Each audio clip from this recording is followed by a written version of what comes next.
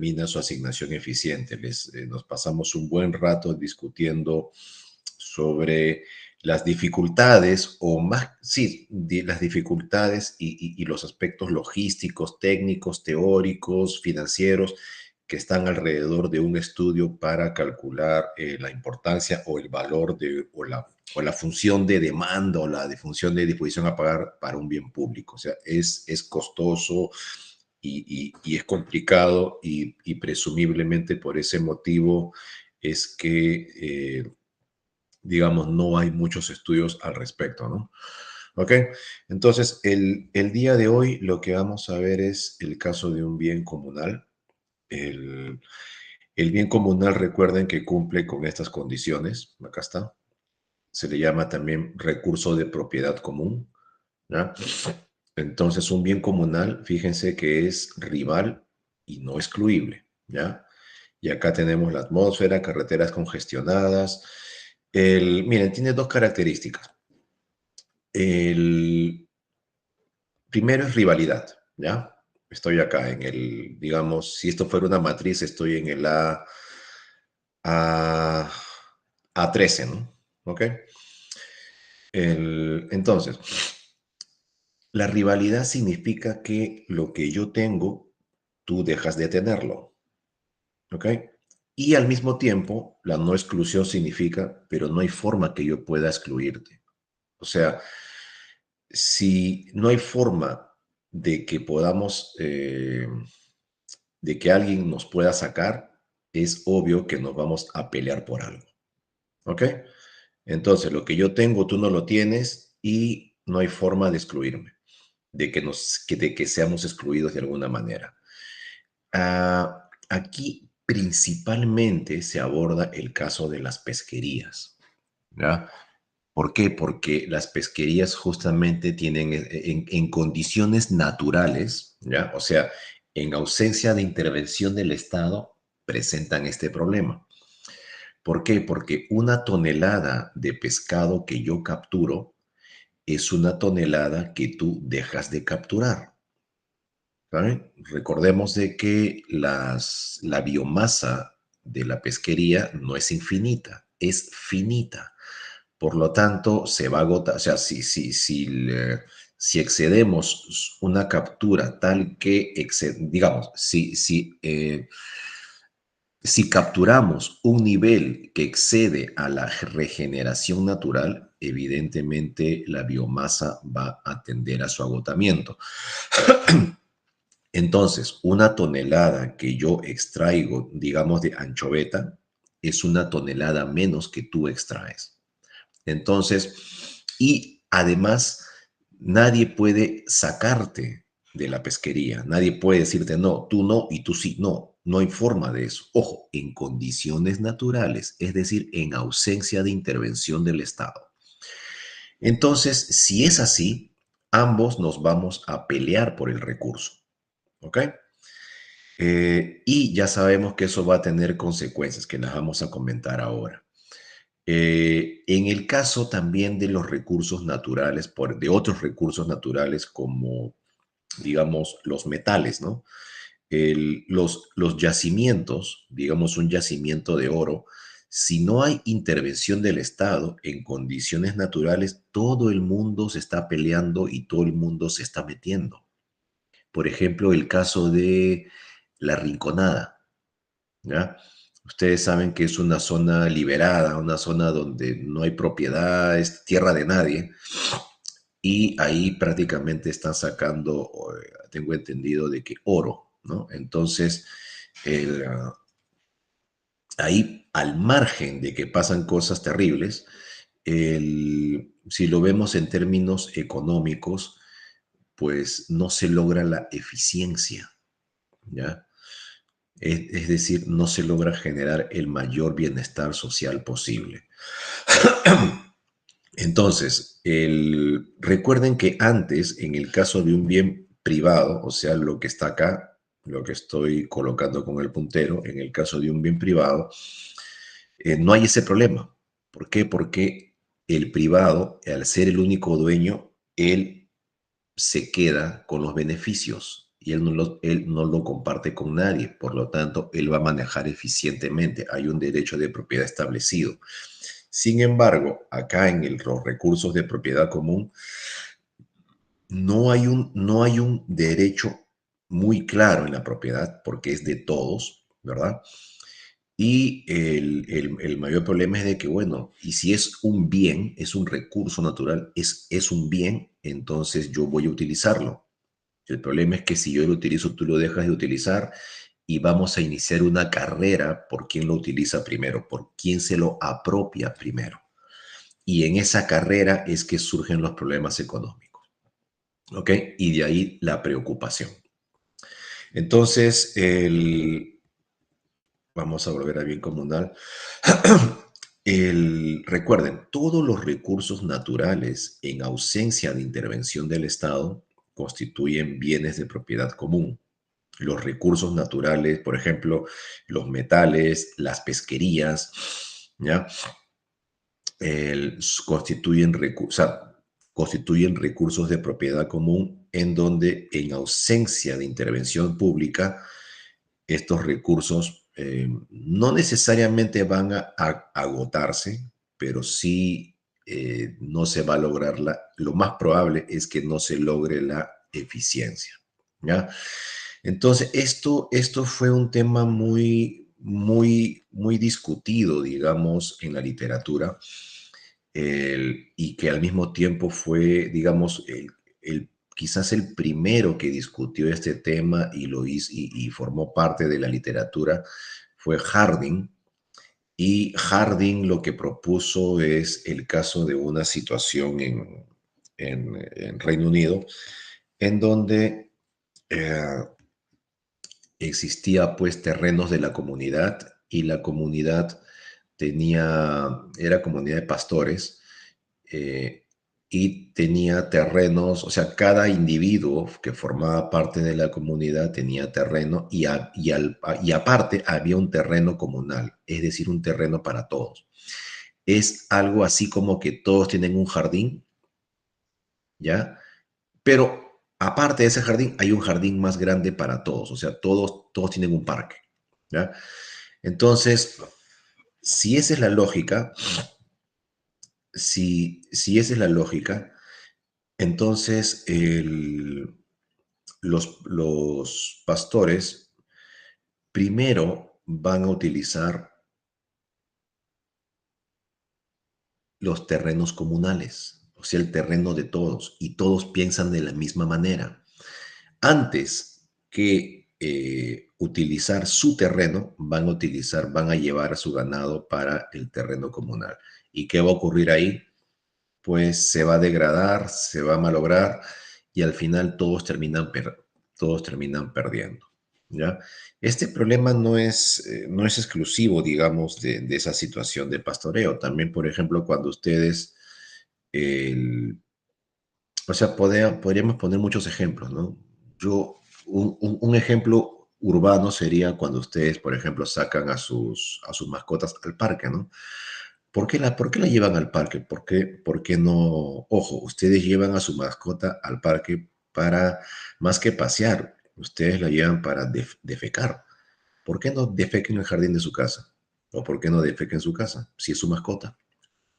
Porque primero quieren utilizar el parque, ¿verdad? Prefieren, en lugar de ensuciar su casa, prefieren ensuciar el parque. Por más que lleven su bolsa y eso siempre queda sucio. ¿Ok? Es el mismo ejemplo, o sea, podíamos aplicar la misma lógica ahí. Entonces, el- la presencia de este tipo de bienes, desde la perspectiva de Harding, conlleva a la tragedia, ¿verdad? La tragedia es que todos terminan perdiendo. Entonces, entonces desde esta perspectiva, no sería posible hacer una asignación eficiente con recursos de propiedad común. Eh, Al menos recuerden de que estamos más interesados, o sea, el ejemplo clásico es en pesquería. Entonces, miren, vamos a revisar nuevamente el modelo pesquero y vamos a hacer algunas apreciaciones. El, Acá tenemos la función del modelo biológico. Ya saben que esa es una función logística, ¿ok? El, este X punto significa la variación de la biomasa en el tiempo. X es biomasa. Entonces, esa variación de la biomasa en el tiempo se rige por una función logística. Y acá tenemos el modelo bioeconómico en donde determinamos que la captura es prácticamente una función Cobb-Douglas del esfuerzo y la biomasa, ¿ya? Entonces, en base a eso, nosotros establecemos un criterio de sostenibilidad donde decimos, bueno, lo vamos a capturar H de tal forma que sea igual a lo que crece. Y de esa manera podríamos mantener o sostener una biomasa de forma indefinida. Entonces, a partir de aquí se hacen los arreglos. Ojo, si ustedes están en economía ambiental, quiere decir que ya llevaron economía de recursos. Entonces, a partir de aquí, si esto es H y si esto es variación de X en el tiempo o F de X, hacemos los arreglos respectivos, patatí, patatá, y tenemos la función de captura, ¿ya? Y a la función de captura la multiplicamos por el precio a ambos lados y acá tenemos la función de ingreso y función de ingreso. Y entonces esta función que es cóncava, porque acá es cuadrática, ¿verdad? Cóncava, entonces ya se convierte en una función de ingreso total. Le agregamos una función de costo total, donde el costo marginal sea igual al costo medio por facilidad. ¿Ok? Y acá tenemos el costo total. Y de esa manera podemos establecer dos puntos, al menos dos puntos. El primero de ellos es el, el esfuerzo de acceso de Open Access, el esfuerzo de acceso abierto, en el cual el ingreso total equivale al costo total. Es decir, el esfuerzo de acceso de Open Access corresponde a una situación donde el beneficio es cero. Ojo, el beneficio económico es cero. Recuerden que si el beneficio económico es cero, eso no significa que no estés ganando. No, beneficio económico cero significa que el excedente es cero, no que no ganes. Beneficio económico, ¿ya? Significa de que incorpora el costo oportunidad, ¿verdad? Entonces, lo único que te está diciendo es, tú solamente estás percibiendo tu beneficio normal, pero ya no percibes excedente. Por lo tanto, si no percibes excedente, tu beneficio económico es cero. De hecho, beneficio económico es lo mismo que decir excedente. ¿Ok? Entonces, en ese punto donde el beneficio económico es cero, que corresponde a ese nivel de esfuerzo de acceso abierto, recuerden que el esfuerzo es más o menos embarcaciones, el número de embarcaciones. Entonces, ahí lo que significa es una situación en donde no se gana ni se pierde. Solamente estás percibiendo tu beneficio normal. Pero desde la perspectiva económica, nosotros, los agentes económicos, no ingresamos a un negocio buscando el beneficio normal. Ingresamos a un negocio buscando excedentes. ¿Por qué? Porque el beneficio normal es un costo de oportunidad y ese costo de oportunidad se supone de que podríamos obtenerlo en cualquier cosa. ¿Ok?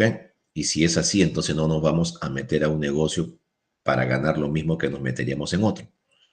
Es decir, si el banco me paga 5% sobre mi dinero, yo no voy a meterme a un negocio que me genere el 5%, ¿verdad? Voy a meterme a un negocio que al menos me genere el 6%.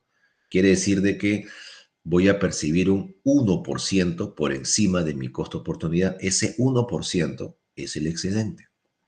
Entonces yo voy por ese 1% más. Yo me meto a ese negocio por ese 1% más, por encima de mi excedente. Yo no me meto por los cinco puntos abajo, me meto por el punto adicional.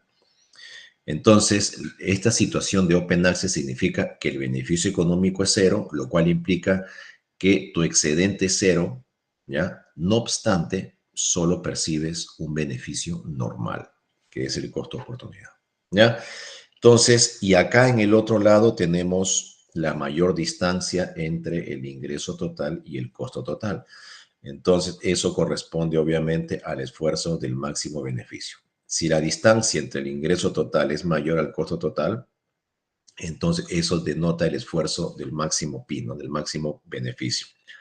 Entonces, se supone que en un contexto en donde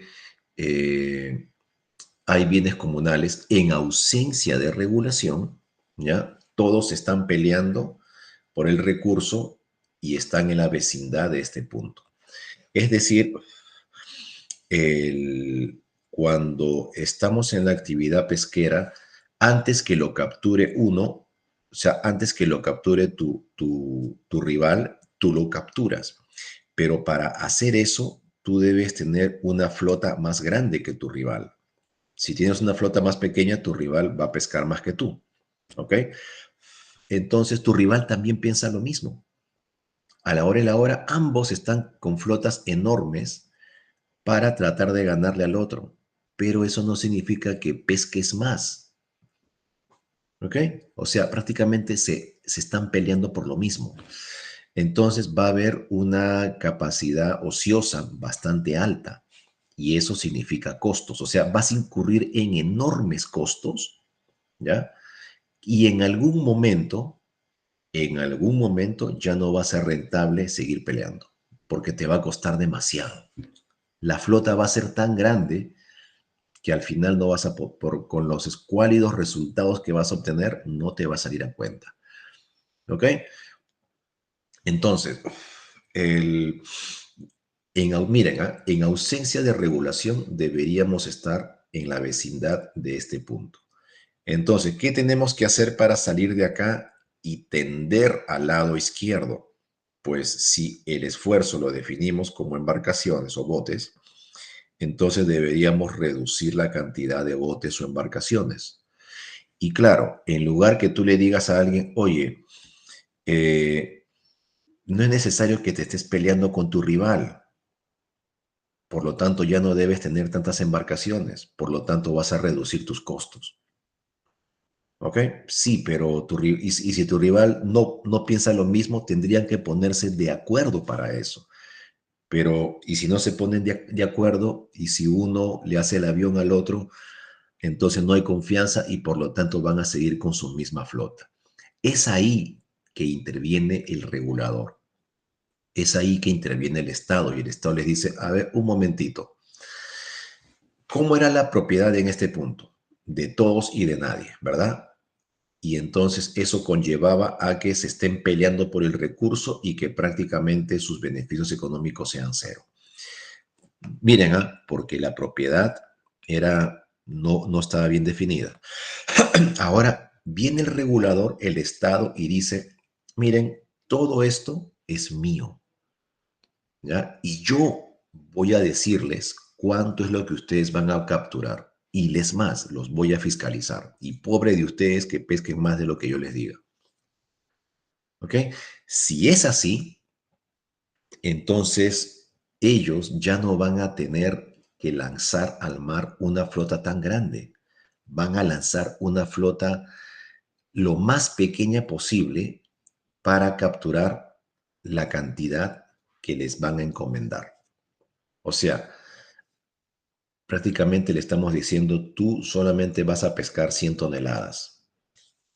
Tienes 500 barcos para 20 toneladas. Ya, si quieres, lanza los 500 barcos, pero solamente vas a pescar 100 toneladas.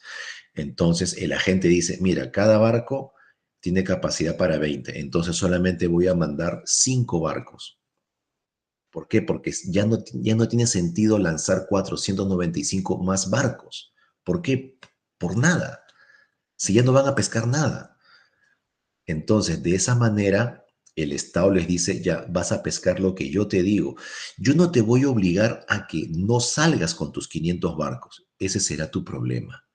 Pero dudo mucho que lo hagas, porque ahora no tienes necesidad de hacerlo. Ya no hay desconfianza. Entonces, fíjense, acá de una situación en donde no había o era muy extraño el derecho de propiedad, pasamos a una situación en donde el Estado reclama el derecho de propiedad y el Estado es el que dice quién puede encargarse de la extracción. Entonces, vean, si el problema era tierra de nadie, acá todo el mundo hace lo que quiere porque no hay forma de excluir, viene el Estado, establece el derecho de propiedad y los excluye. Y los amenaza con excluirlos si es que no cumplen con su norma. Entonces, de esa manera se soluciona el problema. ¿Ok? Entonces, y eso rompe el esquema de Harding, porque Harding dice, no, los bienes, los recursos de propiedad común tienden justamente a generar este problema y eso conlleva a una tragedia.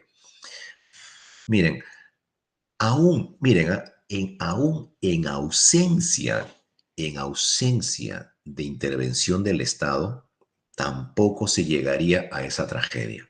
Y vamos a ver por qué. Porque, miren, se supone que estamos acá en un nivel de esfuerzo de open access, ¿ok? Quiere decir que acá todos están peleando. Pregunta, ellos podrían pescar más hacia la derecha, obviamente. Sí, pueden lanzar más embarcaciones, pero si lanzan más embarcaciones, miren, si lanzan más embarcaciones, ellos estarían perdiendo, ¿verdad?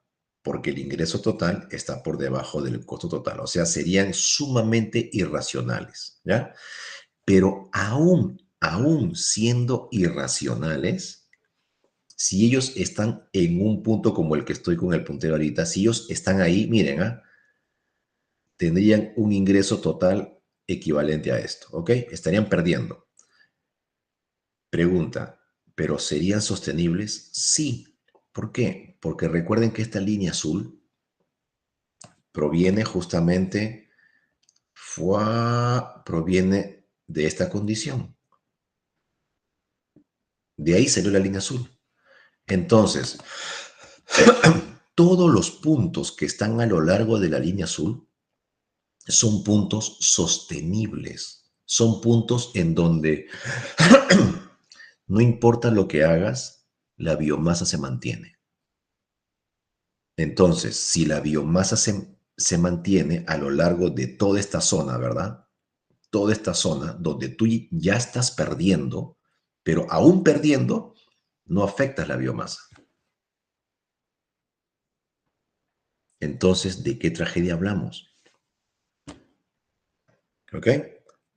Ya, eso fue justamente lo que se le criticó a Harding tiempo después. Eso creo que lo propuso en los 60, algo así. Entonces, lo que se le criticó a Harding era de que estaba totalmente equivocado y que la única tragedia que ocurre no es la degradación del recurso. Fíjense que acá el recurso no, o sea, aun cuando estemos en esta zona, ¿ok? De pérdidas donde los agentes no deberían estar metidos acá porque están perdiendo, pero aún así la sostenibilidad de la biomasa no se afecta, por lo tanto el recurso no se ve afectado. Entonces por ejemplo, Partha Dasgupta lo que dice es, el único problema de este aspecto de bien de recurso común es que la sociedad incurre en enormes costos. O sea, tratando de sacarlo yo antes que lo saque el otro, voy a incurrir en enormes costos para tratar de apropiarme de lo más que se pueda lo más rápido posible, antes que lo haga el otro. Ya, ese es el drama.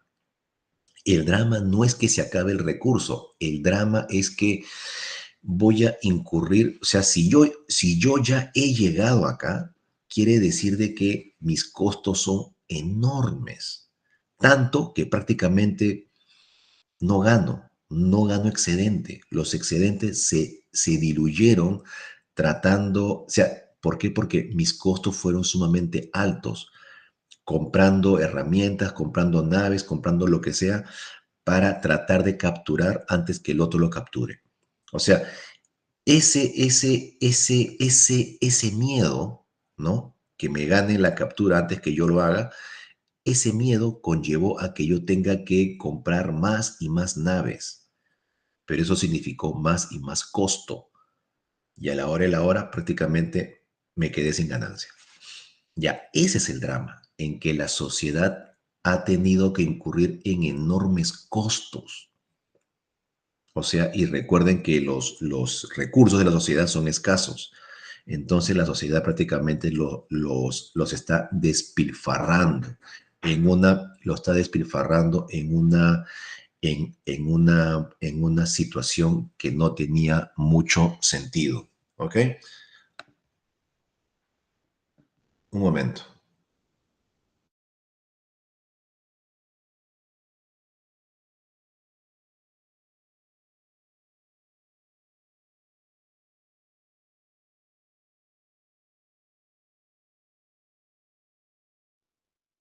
Ya. Entonces, el, ¿en qué estábamos? Ya. Entonces, miren, ¿ah? El problema, o sea, la tragedia, esta tragedia que se comunica siempre la tragedia de los bienes comunales, en realidad no es una tragedia. O sea, la tragedia de los bienes comunales se suponía que terminaba en la degradación o agotamiento del recurso natural, dada su naturaleza. Sin embargo, desde la perspectiva económica, la única tragedia no es el agotamiento del recurso natural. ¿Por qué? Porque el recurso natural, aún estando en este margen que es irracional para la gente, aún así se sigue manteniendo. Entonces, la única tragedia es que la sociedad incurrió en enormes costos, despilfarró los recursos escasos, recursos financieros escasos. Ya, esa es la verdadera tragedia. ¿Ok?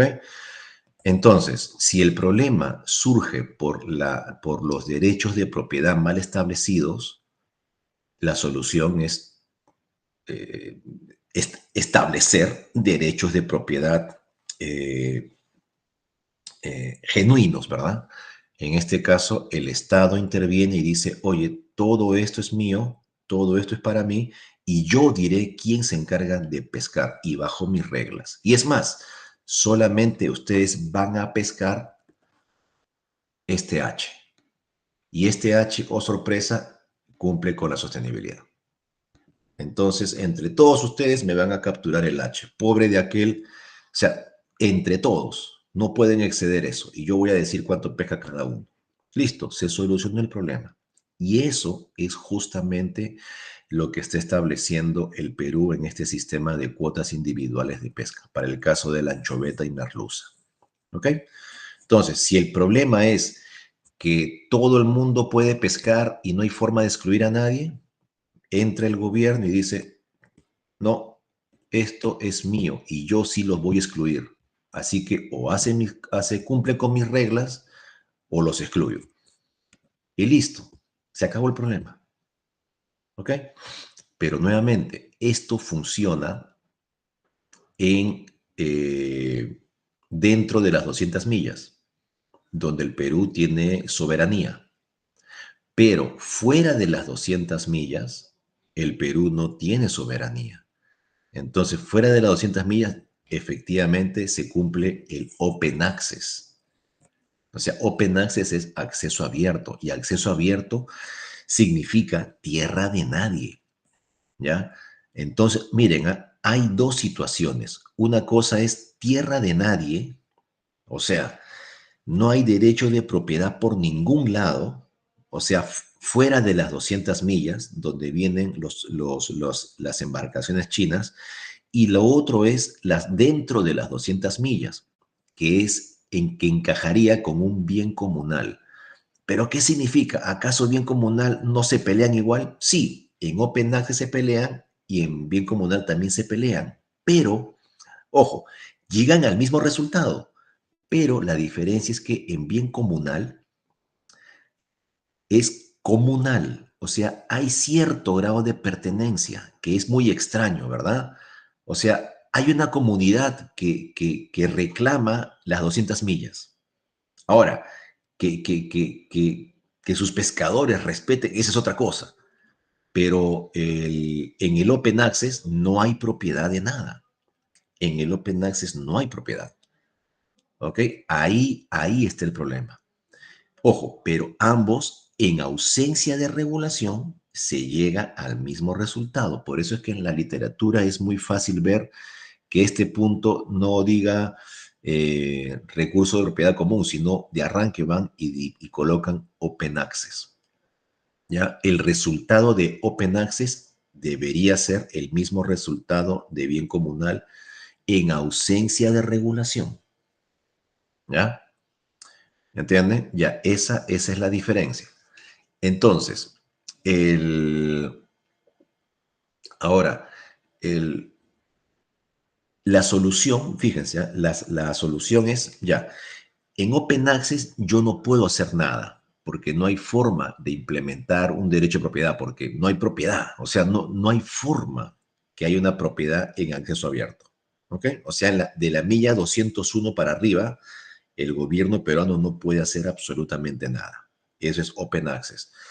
Pero de la milla 200 hacia cero, o sea, hacia la costa, eso es soberanía del Estado peruano. Ya, eso equivale a un bien comunal. ¿Por qué? Porque hay un derecho de propiedad que sea mal, que en ausencia de regulación sea mal definido, ya, que ¿por qué? Porque todo se mete, ya, eso es correcto, eso es otra cosa, pero hay cierto derecho de propiedad. Hay un Estado que lo reclama, ¿verdad? Ahora, pero ojo, en ausencia de regulación, de la milla 0 a la 200, el resultado es igual a la milla 201 hacia arriba. ¿Está bien? Nuevamente, en ausencia de regulación. Entonces, el Estado establece su regulación solo dentro de las 200 millas. ¿Ya? Ojo, para el caso de las unidades mineras, también el Estado reclama su soberanía. O sea, son recursos naturales, están por todos lados. Entonces, hay una unidad minera, descubrieron algún metal valioso, listo, llega el Estado y antes que la gente empiece a escarbar, el Estado dice, esto es mío y yo diré quién lo extrae. Así de simple. ¿Ok? Entonces, Yanacocha y todas las unidades mineras que hay en el Perú, el Estado reclamó la propiedad y dijo ya, yo voy a decidir a quién se la asigno. Pero en condiciones naturales, si el Estado no hubiera reclamado la propiedad, o sea, si el Estado se hubiera hecho el desentendido con esa propiedad, eso sería tierra de nadie. Todo el mundo, habría miles de mineros informales, formales o lo que sea, pues, tratando de sacar lo más que pueda antes que lo saque el otro. Estarían pelándose ahí. Dudo mucho que eso ocurra en el caso del petróleo, ¿verdad? Porque ya ahí no, es bien difícil, ¿no? Que pongan un pozo de petróleo informal, una cosa así, ¿no? O sea, eso requiere mucha inversión, pero en ausencia de regulación, por ahí que logran hacer eso, ¿no? ¿Entienden? Entonces, los recursos naturales en ausencia de intervención del Estado constituyen bienes de propiedad común. ¿Ok? Entonces, si el problema es el derecho de propiedad, entonces la solución recae en el derecho de propiedad, o sea, establecer un derecho de propiedad bien definido. ¿Ok? Ahora, miren, se supone, miren esta implicancia. Acá tenemos el ingreso marginal, perdón, esta es la función de demanda y esta es la función de ingreso marginal. La función de demanda del esfuerzo, la función de ingreso marginal del esfuerzo. Y miren, se supone que esta es la condición de costo marginal con precio, ¿verdad? Precio igual costo marginal. Este es la maximización en competitivo, ¿verdad? Y esta es ingreso marginal con costo marginal. Este es el punto de eficiencia del monopolio. Se supone que la eficiencia, la condición de eficiencia, o sea, que el bienestar que genera competitivo es mayor al bienestar de monopolio. Pero acá ocurre lo contrario, miren, beneficio cero va con línea con la condición de competitivo y el máximo beneficio va con la condición de monopolio, o sea, todo lo contrario a lo que nos han enseñado. ¿Y por qué? Porque lo que nos enseñaron en micro y en economía general, donde nos dijeron, el, competitivo genera su máximo beneficio y el monopolio genera su máximo beneficio, pero el mayor máximo beneficio de ambos corresponde al competitivo, ¿verdad? Asumiendo que enfrentan la misma función de demanda y costo marginal. Ya, entonces nos habían dicho eso, pero eso que asumían, recuerden que un supuesto de competencia perfecta es bien privado. Para un bien privado funciona eso, pero acá es todo lo contrario. ¿Y por qué? Porque el bien no es privado, es comunal. ¿Se dieron cuenta de la enorme implicancia de eso? Acá es todo lo contrario. ¿Por qué? Porque estamos hablando de otro tipo de bien. Entonces, cuando les digan el, el máximo bienestar que genera la cantidad de equilibrio de un mercado competitivo es siempre mayor al máximo beneficio que genera la cantidad de monopolio eficiente, eso, ¿verdadero o falso? Falso. Solamente se cumple para el caso de un bien privado. Para el caso de un bien comunal es todo lo contrario. ¿Ok? Entonces, es un supuesto. Y eso es. Entonces, ahora viene otro punto. ¿Qué es lo que tenemos que hacer entonces en presencia de un bien comunal? Hasta este momento yo les he indicado de que, al menos para el caso pesquero, la solución es la intervención del Estado. O sea, si el derecho de propiedad está mal definido, o sea, sí, hay un dueño de la pesca en las 200 millas, pero ese derecho de propiedad del dueño, pucha, que es medio, no está bien definido, es medio extraño, ¿verdad? Porque todo el mundo hace lo que le da la gana. Y al final pueden terminar, se supone que van a terminar agotando el recurso o generando un beneficio cero. Esto es lo que deberían generar, un beneficio cero. Ya está. Entonces, ¿cuál es la solución? Si es que estamos interesados en lograr la eficiencia, ¿ya? Si estamos interesados en lograr la eficiencia, la solución sería que el Estado venga y reclame su derecho de propiedad, o sea, lo, lo establezca, ¿ok? Lo ejerza. Quiere decir, yo soy dueño de esto y yo voy a decir quiénes son los que pescan y cuánto pescan acá. Eso es, con el uso de la fuerza. Ya está, y listo. Y se acabó.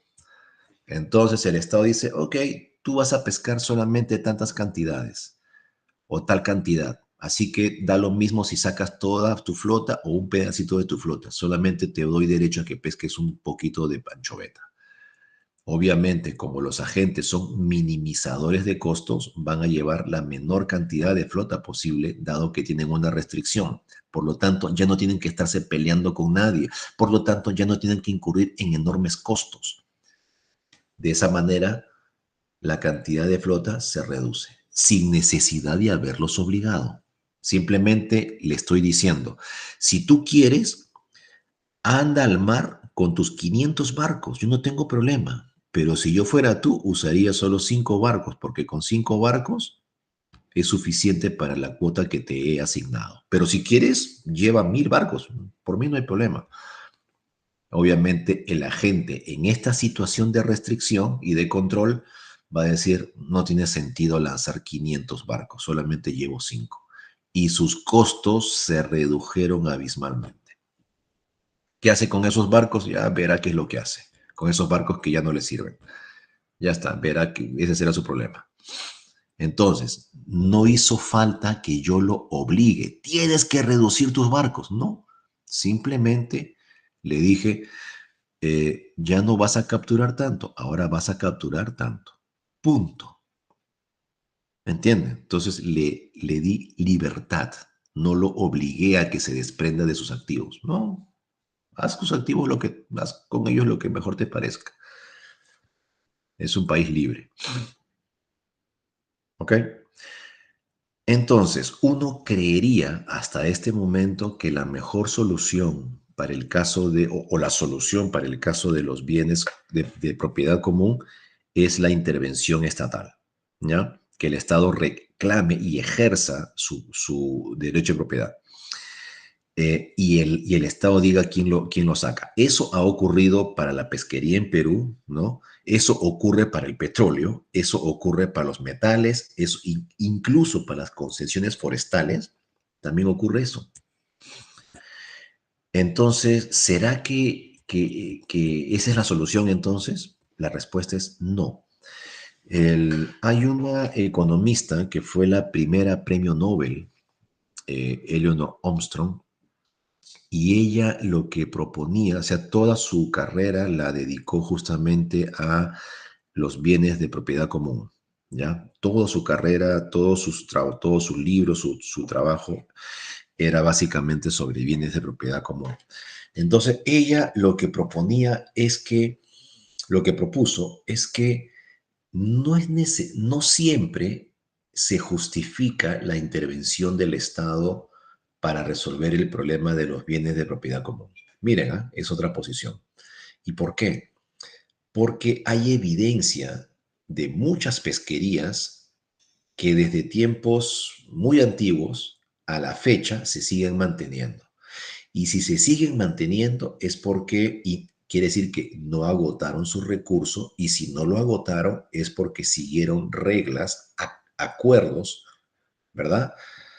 Y entonces, si ya tienen sus reglas y acuerdos, ellos, esas comunidades, entonces, ¿para qué quieres intervenirlos? Deja que ellos solucionen su problema. Si tú, gobierno, intervienes, lo único que vas a hacer es empeorar las cosas.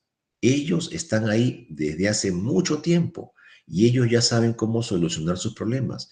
Ellos ya saben en qué momento son las vedas, cuánto tienen que respetar, en qué momento van a capturar, cuánto deben capturar. Déjalos a ellos, tú no te metas.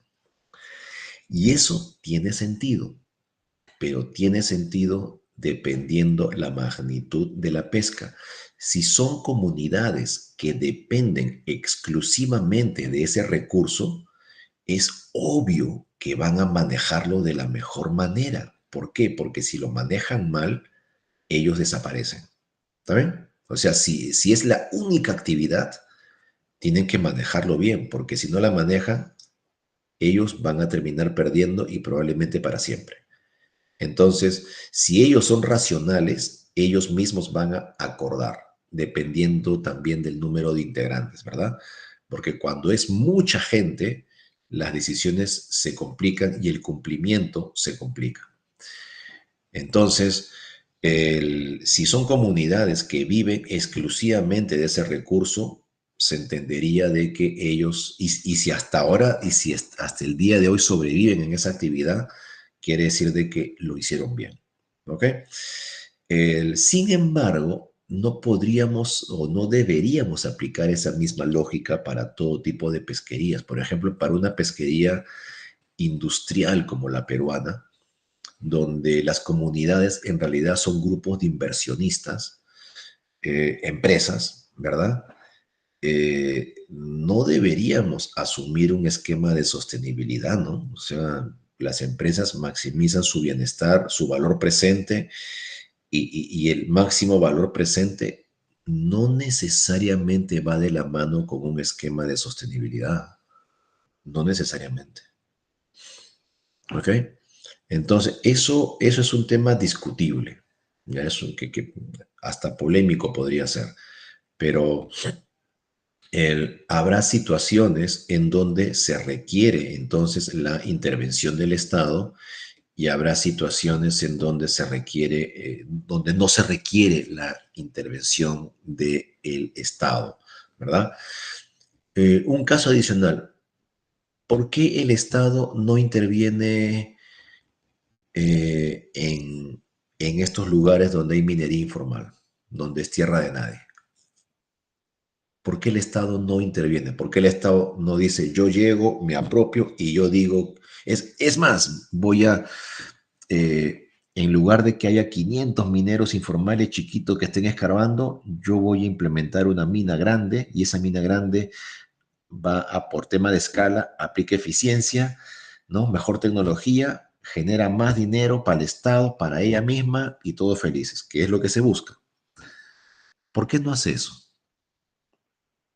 Por ejemplo, en La Escondida. ¿Por qué sigue la situación así? ¿Por qué no ha intervenido el Estado? O sea, ¿por qué el Estado sí se ha preocupado de otras unidades mineras y en La Escondida el Estado no hace nada? ¿Por qué se hace el desentendido? ¿Cuál sería la explicación? Lógica. ¿Cuál es el sentido común de eso?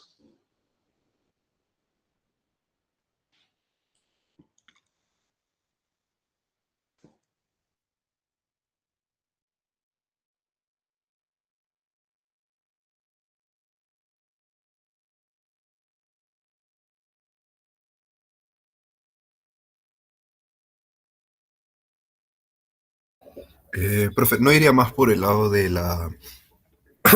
perdón, de la capacidad que tiene el Estado de garantizar que esto se dé, ¿no? Porque también para poder realizar todo esto sería necesario una fuerza, ¿cómo decirlo?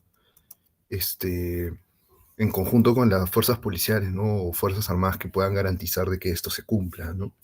Por eso, como la minería ilegal abarca un territorio muy extenso, sería complicado por ese lado, ¿no? Es, es posible que ocurra eso, ¿sí? Es una parte de la explicación, pero creería que la mayor parte de la explicación es porque no es un negocio para el Estado. O sea, eh, no habría una gran empresa que esté interesada en eso, de forma tal que el Estado pueda lucrar sacándoles una tajada de su beneficio. O sea, que le dejen una tajada al Estado, ¿no?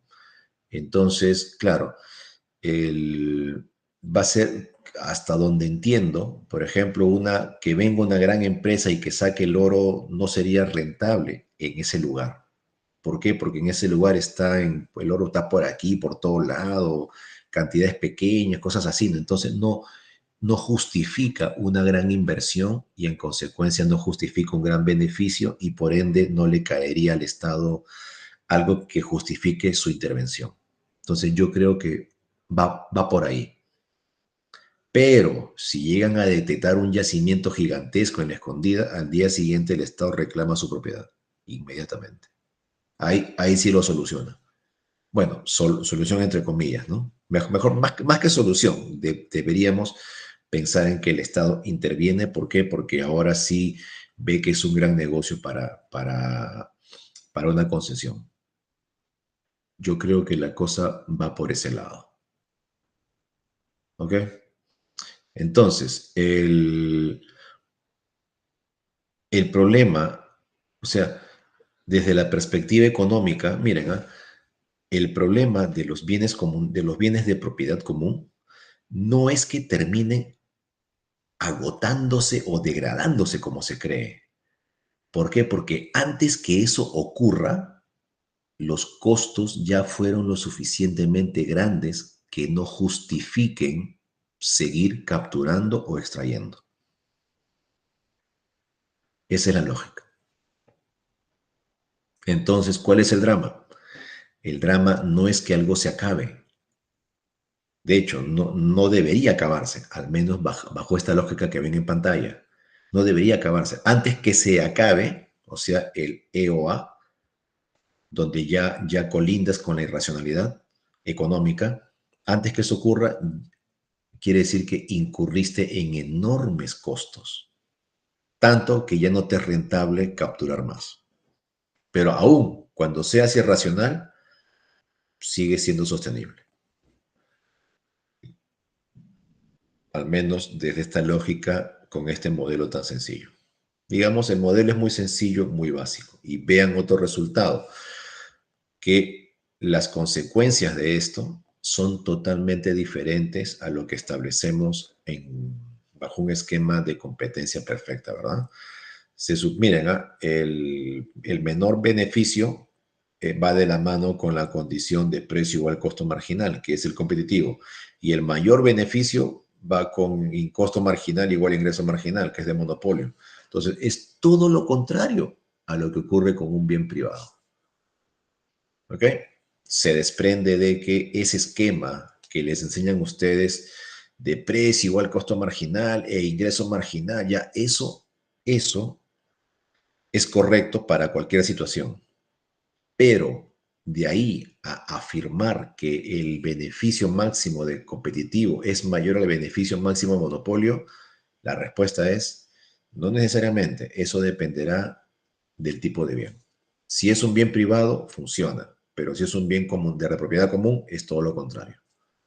Ya, eso no deben olvidarlo. Entonces, es importante que comprendamos las implicancias de lo que vimos en la clase hace un par de clases, ¿no? Las implicancias de los supuestos de competencia perfecta. Ok, muchachos, entonces recuerden, los recursos naturales son recursos de propiedad común y el Estado ya se los apropió. Ya se apropió de las concesiones forestales, del petróleo, de la minería, de la pesca, y si no se lo ha apropiado es porque o no es un problema, o no repercute un problema, o no es lo suficientemente atractivo para el Estado, que es diferente. Y él les ha explicado por qué. Esa es la presunción. ¿Ok? Ahora han descubierto enormes yacimientos de petróleo, perdón, enormes reservas de petróleo en Lambayeque y La Libertad. ¿Ya? Pregunta, el Estado ha dicho, qué bueno que estén las enormes reservas. Ya, bueno, entonces, bueno, dejemos que los petroleros entre ellos se peleen por eso. ¿El Estado ha dicho eso o el Estado ya de arranque ya está viendo cómo lo concesiona? Creo que ya hizo firmar a una empresa para que se encargue de los estudios inmediatamente. ¿Por qué? Porque hay mucho dinero en juego. ¿Ok? Y eso es un recurso de propiedad común. ¿Ok, muchachos? Entonces, en ausencia, miren, en ausencia de regulación, o sea, sin la intervención del Estado, por lo general, no logramos la asignación eficiente. Cuando el bien es privado, ¿es necesaria la intervención del Estado? No, no. El mercado logra la asignación eficiente. Las fuerzas de oferta y demanda lo logran. Pero cuando el mercado no corresponde a un bien privado, no hay garantía. De hecho, se esperaría que ese resultado deseable no se logre. Por eso se requiere la intervención. Por eso es que el supuesto es que los bienes, el supuesto de competencia perfecta, donde todo se arregla solito, es que sea privado. Y cuando no es privado, no se arregla solito. Por ejemplo, el recursos de propiedad común. ¿Ok? La cosa es sencilla. Ok, muchachos, dudas, consultas. Listo. Entonces quedamos ahí, ¿ya? Nada, nos vemos ya la próxima.